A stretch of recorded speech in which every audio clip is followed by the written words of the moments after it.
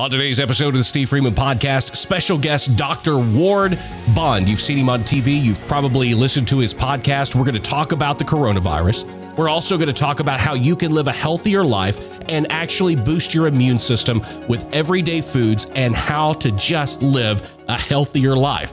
That's straight ahead on today's episode of the Steve Freeman Podcast. You're listening to the Steve Freeman Podcast, the real, raw truth about the pursuit of success in music, business, and life. Here's your host, hit songwriter, multi-platinum selling producer, and serial entrepreneur, Steve Freeman.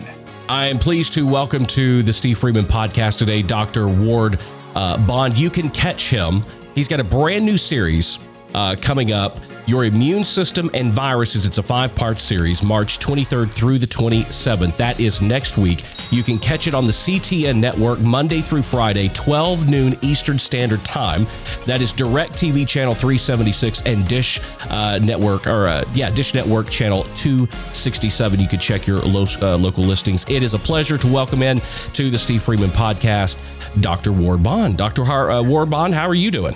I'm doing great, Steve, and great for the invite. It's a great honor. I know you and I follow each other on Instagram and check in all this stuff out. I mean, we were both gearheads in a particular way, from cars to equipment for recordings. So how are you doing today? Man, I'm doing great. Following you on Instagram is inspirational. I would suggest that everybody does that. And I believe on Instagram, it's at Ward W. Bond. That's correct. Yeah. Yes. It used to be Dr. Bond or Dr. Ward Bond TV, but I changed it to Ward W. Bond. I think I could maybe get verified easier that way. Probably so. Probably, I would bet so. But I was telling somebody the other day, you live my best life. I wish that I could go out and bike, and I wish I did all the exercising and I ate as healthy as you did. And you will definitely outlive me. But that's kind of one of the reasons that I wanted to have you on. We're in the middle of everybody self-quarantining in this new coin phrase, social distancing, because of what's going on with the coronavirus. And we're seeing a widespread. I think most people are between absolutely unaffected and completely hysterical. Completely. And I want to talk with you about it and tell us a little bit about the series that you've got coming up next week on the immune system and viruses. Well, we just finished filming the 5-part series, Your Immune System and Viruses. And I didn't really want to just say coronaviruses. I will say this, the FDA, the FTC, the CDC, they are looking out to make sure that when we put information out, it's real, it's honest. There's no claims being made. People are getting in trouble trying to claim cures for this virus. But we're just covering some basic easy things that people need to understand, how we can protect ourselves against viruses based on the type of foods that we eat. So a lot of people, I suggest you need to really tune in for Monday and Tuesday. I'm actually going to be talking about the pH connection to viruses. And what a lot of people don't realize, our parents always told us, eat your fruits and vegetables, and we'd moan and groan when we were kids. But the thing is it's fruits and vegetables that create a healthy alkaline level in our body.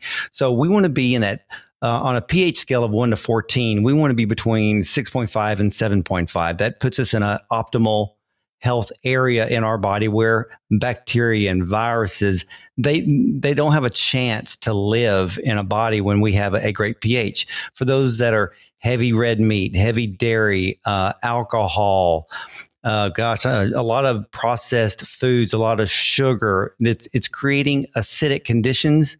If you're on the severe side, 4.5 to 6.0, you're looking at risk for cancer, heart disease, bacteria, virus. I mean, you're going to have the type of immune system that a virus is going to love to invade and make you sick. So we want to be 6.5, 7.5. A lot of people don't realize that with viruses, if your pH level is in a healthy range, viruses can't live. Dr. Otto Warburg, 1931 Nobel Prize winner in cancer discovery, made a statement that no disease cannot exist in an alkaline environment. And what was funny is that he made this statement in 1928 on the very thing he was working on was studies of respiratory enzymes. Well, the coronavirus is respiratory. And by eating healthy, so everybody who's quarantining themselves, everybody's been stocking up on a lot of foods, but they're bypassing the produce department at the grocery store. So if you go to the grocery store and all the shelves are empty, if you walk to the produce department, you'll notice that it's still full.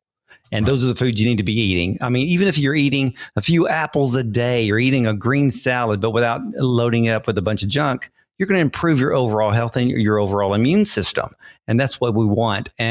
But I want to bring peace to all of your listeners, Steve, because I've been keeping track of this virus and hearing about people who are getting sick. Doctors have told me the people who are in the highest risk are those over the age of 60 and those that may have underlying disease conditions already. Also, too, people over 60 have a weakened immune system because the thymus gland, if you can see on video, actually sits behind your breastbone. And if you thump it, you can actually improve the health of your thymus gland. But as we get older, that gland gets really small and basically dissolves. But when we're younger, like you are and I am, and a lot of your listeners, we can have a strong thymus gland. Some people, you may want to go out there and look at colostrum supplements. You want to look at thymus gland extract supplements, which will add weight to the thymus gland to improve your immune system. At the same time, focus on your gut health. Take probiotics every day, because if you have a healthy gut, you have a healthy immune system. That's the heart of the immune system right there, because there's so much action going on. But being this coronavirus, being heavy respiratory, I found out that if you're between the ages of 25 and 40, you have a very low risk of getting it, especially if you exercise. And did you know that if you're exercising, what do? We actually build up body heat. Well, fever helps to fight off the bad pathogens that we're invaded with. So if you're exercising, you get hot and sweaty, that's actually a good thing, because you're actually building up a slight healthy fever, so to speak, to ward off the viruses. And technically, there are no antibiotics for viruses. Most of those are for bacterial infections. I actually was reading an amazing story of a young woman yesterday that actually got the coronavirus, but she recovered in 9 days. She said it just felt like the worst part was just feeling like a ton of bricks on her chest, but she did one thing wrong. She was taking ibuprofen, which we now know is a no-no if you have the coronavirus. So avoid ibuprofen. Just stay home, rest. I've not heard that correct. yet. That's interesting. Yes. Yeah, it's actually causes the symptoms to be worse. So we want to avoid that on the ibuprofen. But she recovered. It was so funny because she said, my eyes hurt, my chest started to hurt really bad, like just a ton of pressure, because coronavirus is a lower respiratory infection. So she got a lot of pressure. And then she said within a matter of days, all of a sudden her energy levels just came back and she felt great. But the problem now is she tested positive. Now that she's recovered, she can't find a doctor who will retest her to make sure that she's negative, because nobody wants to get near her. And so we have this problem with testing. So, ladies and gentlemen, you're listening to Steve's show right now.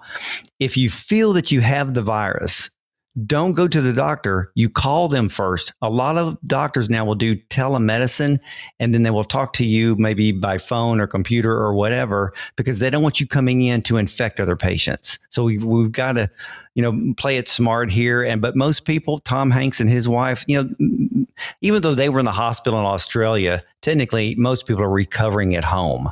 But those over 60 need to be careful. I talked to another colleague of mine yesterday. They're saying kids under 14, strong immune systems, they're very low risk. Only children that may have underlying disease conditions would be the ones that need to be looked out for. And I want to ask you about that, because it's something that I've even wondered about. We've heard this through all of these press conferences, and they Dr. Fauci and everybody else keeps talking about the risk of people who are elderly, but then they keep making this statement, underlying conditions. Yes. What, in your opinion, is an underlying condition that could cause the coronavirus to impact someone a little bit more? Okay, most of the elderly would be weaker in the immune system if they are not, if they're not active, if they're not eating right. And a lot of elderly, they live by themselves. So they're not getting the proper food that they actually need to eat. They may be eating it could be canned or TV dinners or whatever. There's not a whole lot of nutrition there.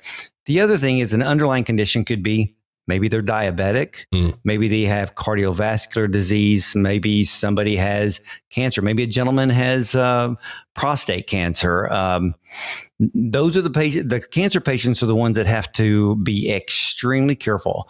Those that may have COPD, any type of chronic or acute bronchitis, maybe they have problems with asthma, problems with allergies or chronic allergies.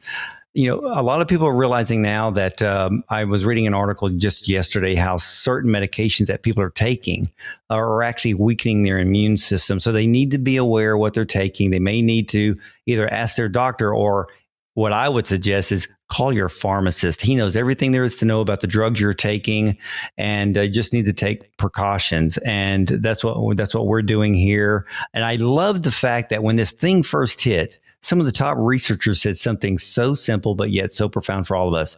Take vitamin C every single day. Get vitamin D3. You can either get vitamin D3 in a supplement or go walk outside for 15 minutes and get some sunshine, because that helps the immune system.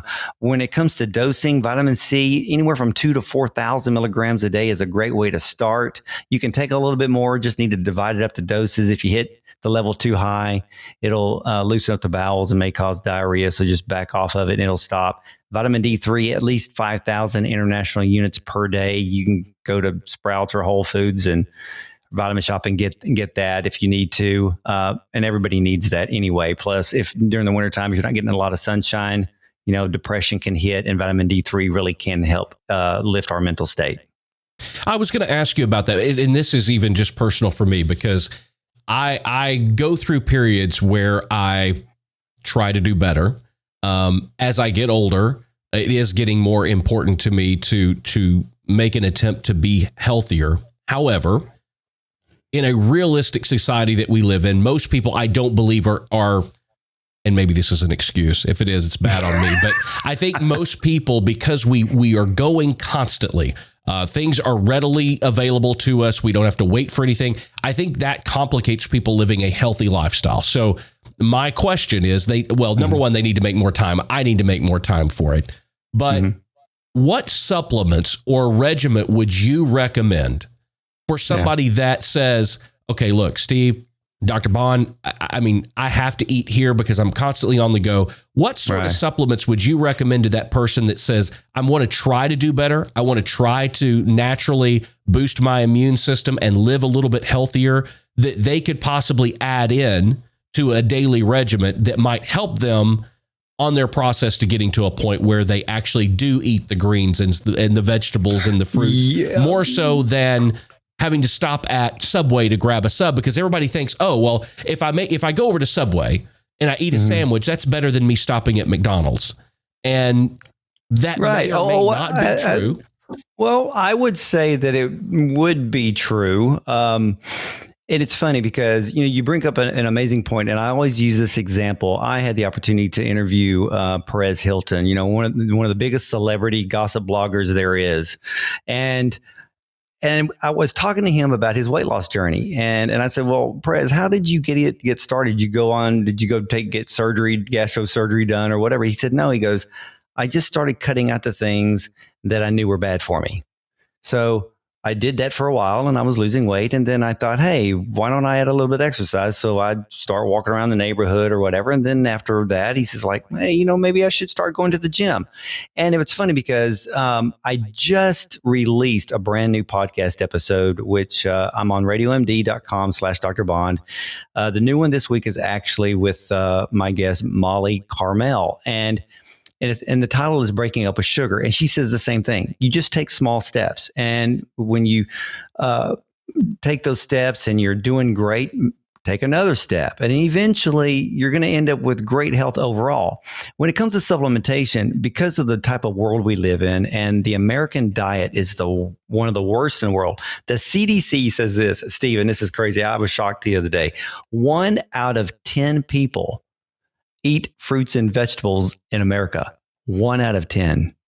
Wow. That means 1 out of 10 people have a healthier alkaline system than the other 9, and the other 9 are setting themselves up for disease. So what I like to do is I take a supplement called Sweet Wheat. It's from Brightcore Nutrition. It's an organic wheatgrass juice powder, and there's no cellulose. A lot of the wheatgrass supplements on the market have a lot of cellulose in them and no nutrient. Well, this one is all nutrient, no cellulose, and it's like real dark green in the bottle. It comes in capsules. But the thing is you take a couple of capsules, 2 capsules equals 6 servings of fruits and vegetables. Oh, wow. You start your day off with an alkaline system. Now, look, I'm going to be the first guy to say, hey, I don't mind drinking my cup of coffee in the morning. Now, coffee's acidic.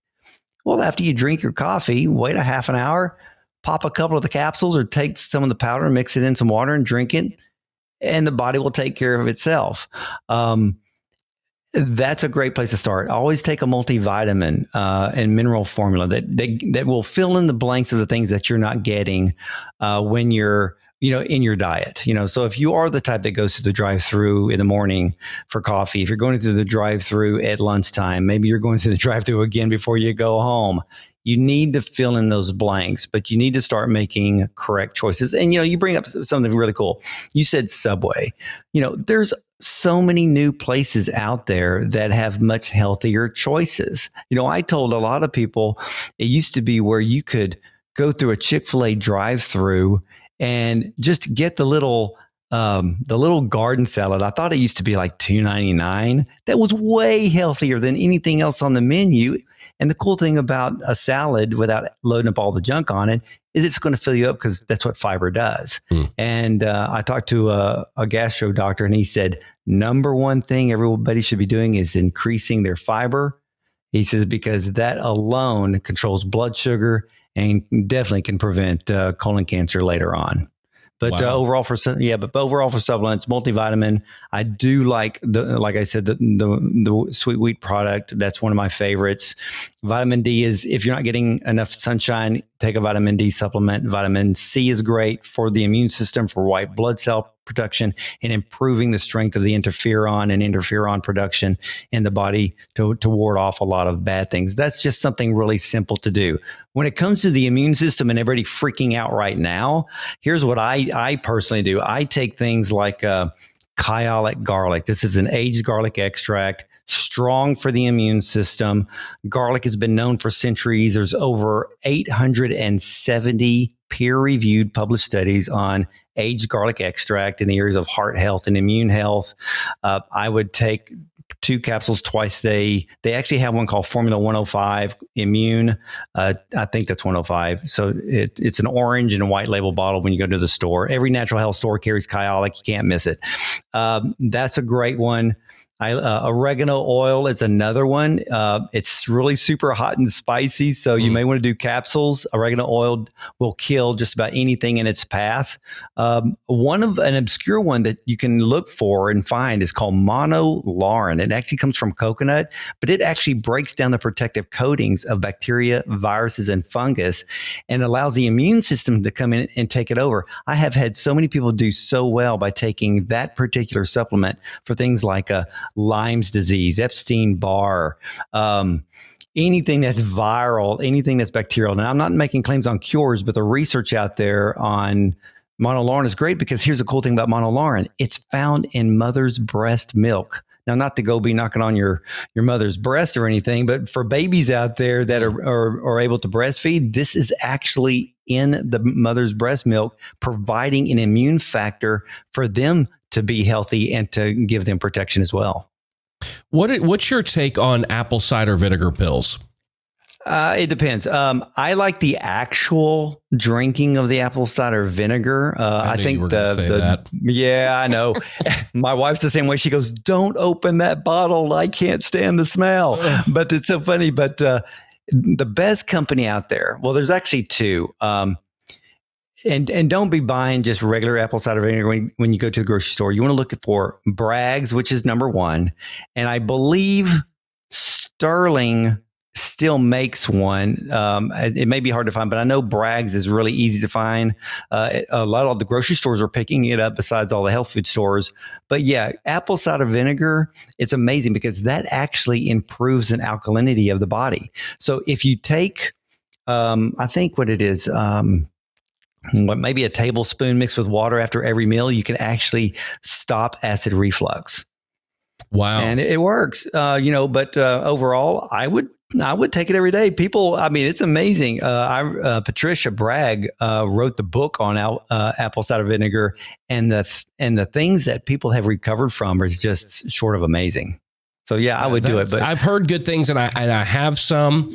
A friend of mine, Tom Dowd, started a company called Performance Inspired with Mark Wahlberg, and they are really doing a good job of putting out a lot of supplements. Because Mark is very picky, and I could imagine he does not like bad stuff, and it's all natural. And I've been trying to do my best. And that being said, I want you to diagnose me. I want you to tell me what I'm doing wrong. I'm going to give you my daily food routine. All righty, and tell me what I'm doing wrong. All righty. So I get up in the morning and I go straight to Starbucks. I get a venti caramel frappuccino with 2% milk and no whipped cream and no caramel drizzle. And then I don't have anything for the rest of the day until we eat dinner at night. And then I have another coffee after dinner. Wow. Oh, now is it just black coffee? I'm a black coffee drinker. It's always Starbucks. I'm at Starbucks twice a day minimum. All right, let me get like the caramel macchiato or another frappuccino. It was mocha frappuccinos for 8 years, and I just about 3 weeks ago realized that I'm allergic to chocolate. Oh my gosh. That's horrible, because that's one of my favorite foods. But mine too. So let me tell you, I don't eat. Here's my issue. My main issues is because I don't eat anything during the day, and I eat that one meal at dinner at 5:30, right? And then I have what I call a meal replacement, which is my second Starbucks of the day. The issue is that unless I go to bed at 9:30, I'm hungry again. And the worst thing in the world you can do is eat at 9:30, 10 o'clock, 10:30 at night. Okay. Let me tell you how this works. When it comes to Starbucks, if you're ordering anything that is not, when it comes to the coffee menu, and of course, black coffee won't matter in this case, but everybody's always loading up with the fancy drinks. The average calorie content is 500 to 600 per drink. Right. Now, it takes 3,600 calories to gain 1 pound. So you take the 600 calories times 7, that's 4,200. That's a pound a week just by going through Starbucks. So for a lot of people, I tell them, if you're doing Starbucks in the morning and you're wanting to lose weight, then just stop the Starbucks and go with black coffee. Now, if you go with black coffee, add a teaspoon, maybe a tablespoon of coconut oil. And what that does is that's going to improve your overall metabolism. And another thing is to practice intermittent fasting. Now, I probably do the intermittent fasting maybe 5 days a week due to the fact that I get up in the morning, I make a cup of coffee, but I do something different with mine. I add D-ribose. And D-ribose is a type of I'll call it a performance enhancing sugar. D-ribose is something that we're born with, but as we get older, we start losing this nutrient out of our body. It's vital for our muscles and vital for the heart. It's also cardiologist approved because they use D-ribose in the pharmacies of these hospitals, and the good cardiology hospitals will give patients D-ribose 3 days before open heart surgery to reduce the mortality rate. The research on this is phenomenal, but also too, it's approved by the Olympic Committee, so Olympic athletes can use D-ribose. I interviewed a gold and bronze medal speed skater, and she told me that she took a dose, 5 grams of ribose before every heat. Now, when you're in speed skating in the Olympics, you don't just race one time and wait till the next day. You may have 4 heats back to back, right, because of the way they're doing the times. And so she would take ribose before, ribose after, ribose before and after. And here's the thing, as every other skater was getting slower per heat, her times maintained from the first heat to the last heat. And I do know that professional cyclists will use it. I know a lot of NFL players who use it. And not only that, I have had 3 people that I know of that were taken off a heart transplant list because as they used D-ribose, their heart got stronger because it will help people with congestive heart failure. Because with congestive heart failure, what that means is their heart is working too hard. It's overcompensating. So let's say someone has a heart attack and it damages the heart muscle. If they start taking ribose, the heart will start to work properly. It's not going to repair the damaged muscle, but it'll prevent the heart from overcompensating. So when I drink coffee, I add D-ribose. Well, that's basically like putting gasoline on a fire. So most people will think that they drink coffee and it gives them energy. It can, but you add D-ribose and you're like, baby, I'm alive. And that's what I do every morning. Have to try that then.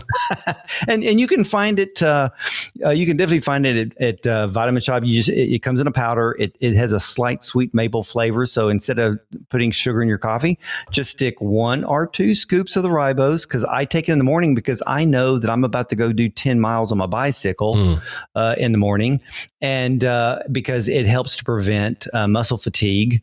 And it improves stamina and endurance. And the great thing is any age can take it. And but backed by research, cardiologists who know about it use it for their patients before and after open heart surgery to improve their chances of surviving that type of surgery and to prevent any type of complications. And it also speeds recovery for those that exercise. Now, you also stated too that you don't eat until about 5:30 in the afternoon, so you're going all day. All day. What you need to do is maybe eat. If your body is not telling you to eat and your stomach's not telling you that you're hungry. Now, remember, the stomach tells you when we're hungry, not your brain. Your brain will lie to you when it comes to food. So your brain's lying to you, Steve, at 9:30 at night. My brain's an asshole. It lies to me constantly. It tells me that I want all sorts of good things. Yeah. So then what you want to do with that is I would suggest maybe eating a couple of apples during the day. Why? Because this will keep your metabolism running. It'll add fiber. Also, too, apples have apple pectin. Pectin is a fiber that helps to clean the arteries. So it acts like a little broom in the arteries. Wow, Apples also add strength and energy. I mean, oh my gosh, years and years and years ago, I used to go out on these crew boats out into the middle of the Gulf of Mexico before I got my doctorate degree and load up these super tankers. And I would get seasick. And the only thing that would stop me from doing that would be eating apples. So apples to me have always been a lifesaver. Wow. I love them. And the cool thing about apples, if you stay with apples that are more yellow red, maybe do a Gala, Jazz, Fuji, those are much lower in sugar. Your Red Delicious are higher because they're all red. The healthiest apple, if you can stand the taste, is a Granny Smith. So that's considered the healthiest of all because they're super low. Berries are low in sugar. Steve, if you even went to the grocery store and grabbed one of those little containers of blueberries and put them in your office there and popping blueberries throughout the day, that normalizes blood sugar and that keeps the metabolism going.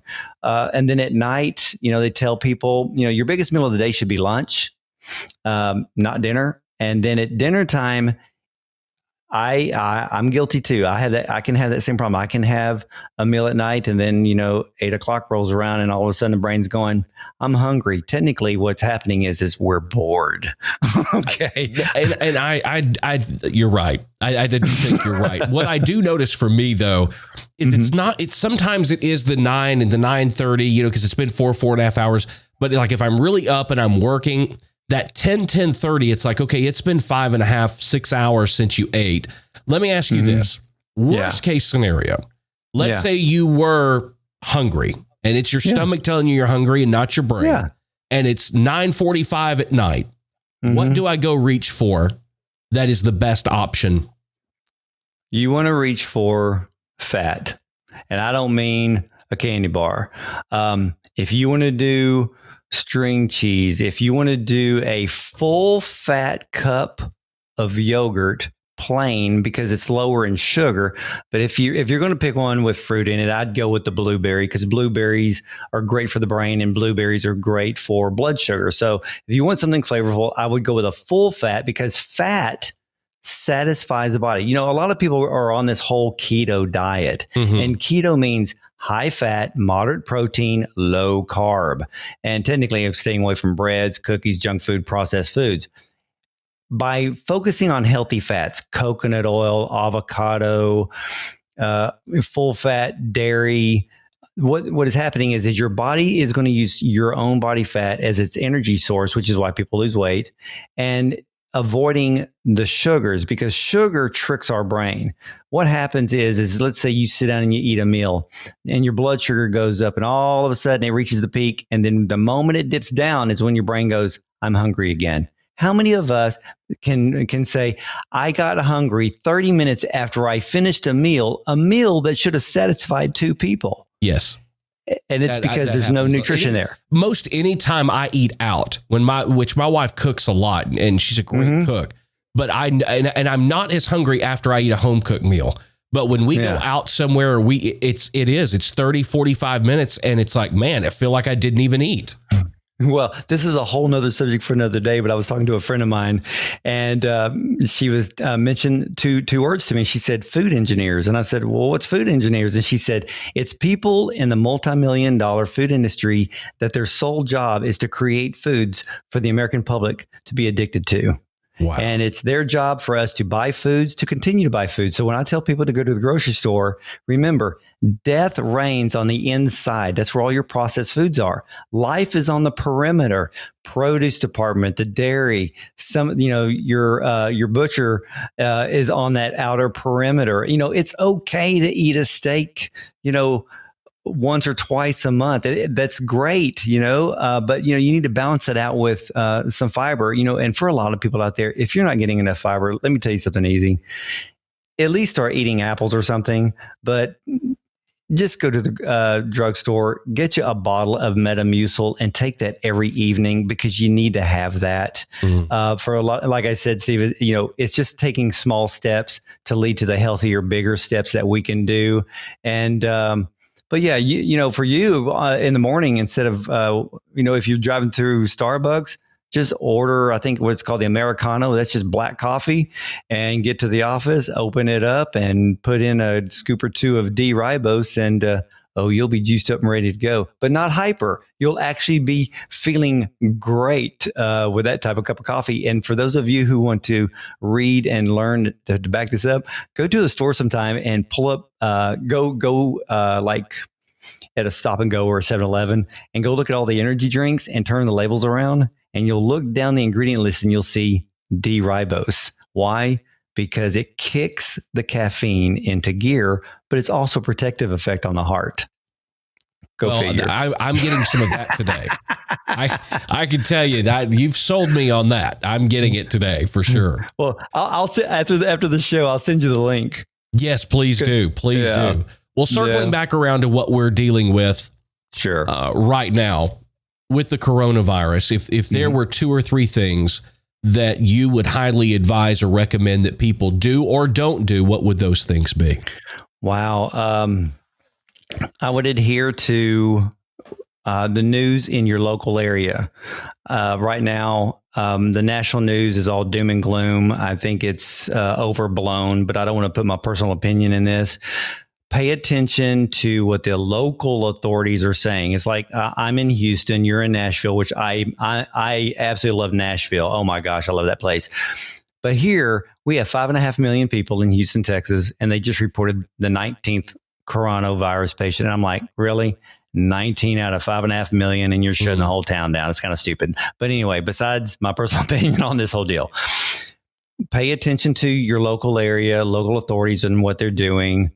And like Dr. Oz says, and he said it correctly, the best vaccine for the coronavirus is washing your hands. 50% of reducing the contraction of this virus is literally just washing your hands. And even in the morning and even at night, wash your face. Look, they tell you not to touch our face. Oh, please, look.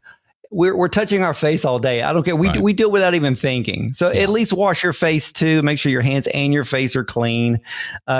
Practice proper hygiene.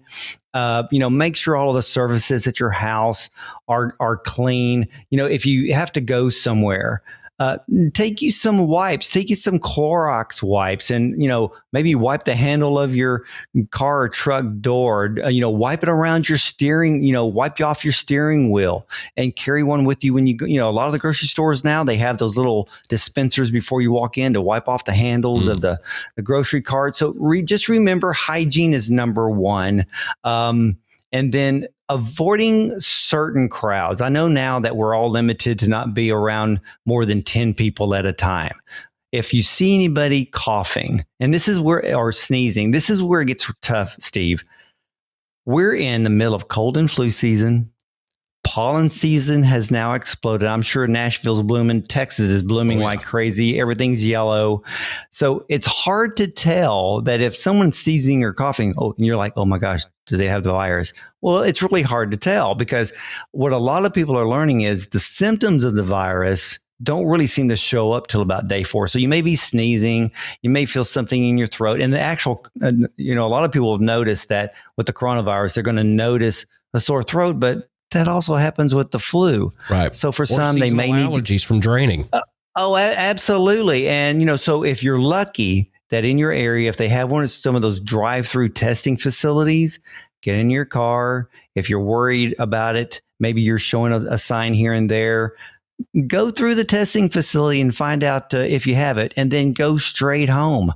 Then call your doctor. What are some of the things that the doctor may recommend for you? But number one, stay away from ibuprofen. It just makes the symptoms worse. Other than that, try to eat healthy. I saw a post on Instagram and somebody said, after this quarantine is over, I'm either going to be 50 pounds lighter or 100 pounds heavier. So choose your foods wisely.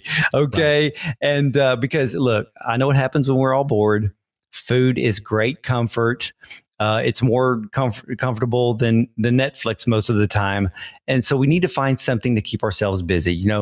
I live in a great, nice neighborhood that's wide open. I can go ride my bike for 10 miles or whatever. There's literally nobody outside. Even here's spring break. I don't even see kids around. But it's just avoiding other people. You're allowed to go to your local parks. You just stay away from maybe the crowded areas and just get some fresh air. They say, I will say this though, the coronavirus, they say, stays alive in the air for about 3 hours. But to me, that's in a contained area. They're saying that when you go outside, you don't really have to worry about it. And so a lot of people were wondering, well, why did, NASCAR cancel? Why did XFL cancel? When you have these open air stadiums, well, the problem is when you end up with 50,000 people together, open air is great, but the person sitting next to you can still sneeze in your direction and the air doesn't move as much. Right, exactly. So it's just common sense, ladies and gentlemen. That's all we have to do. Again, pay attention to your local area news. That's the more important one.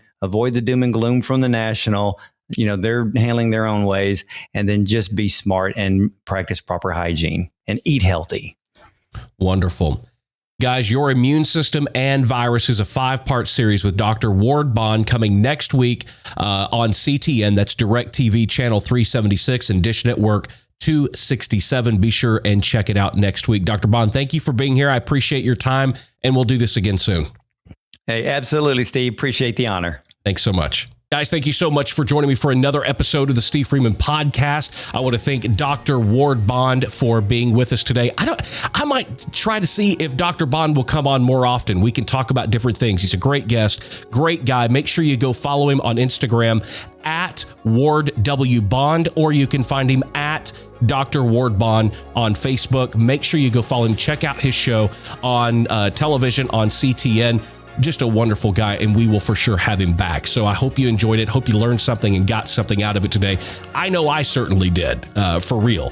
And I'm going to start doing and implementing some of the things that Dr. Bond talked about in my own life, in my own regimen, to help boost my immune system and have better heart health and just better health overall. As I get older, it's something I've been thinking about, and it was a really great episode today. I hope you guys enjoyed it and got as much out of it as I did.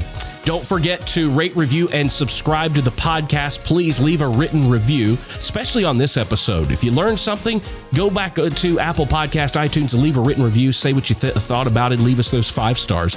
Make sure you're following me on social media at The Steve Freeman everywhere. Instagram, Twitter, Facebook, Snapchat, frickin' TikTok. everywhere at The Steve Freeman. If you want to learn more about me or you want to join my inner circle, it's simple to do. Go to thestevefreeman.com or thestevefreemanpodcast.com, and you can do it right there. And then visit our sponsor, artistdevelopmentacademy.com, where you get the information, access, and guidance you need to be more successful in the modern music business. It's everything you need. Online courses, members-only community and forum, and you get access to the insiders that you need to know, and it's just amazing. I'm loving it. We're having a ball over there, and I'd love for you to come join us at artistdevelopmentacademy.com. Guys, until the next episode, keep being creative. Keep pressing the boundaries, and there's nothing wrong with being independent. See you in the next one. Thanks for joining us for the Steve Freeman Podcast. Be sure to subscribe and follow Steve on social media at The Steve Freeman.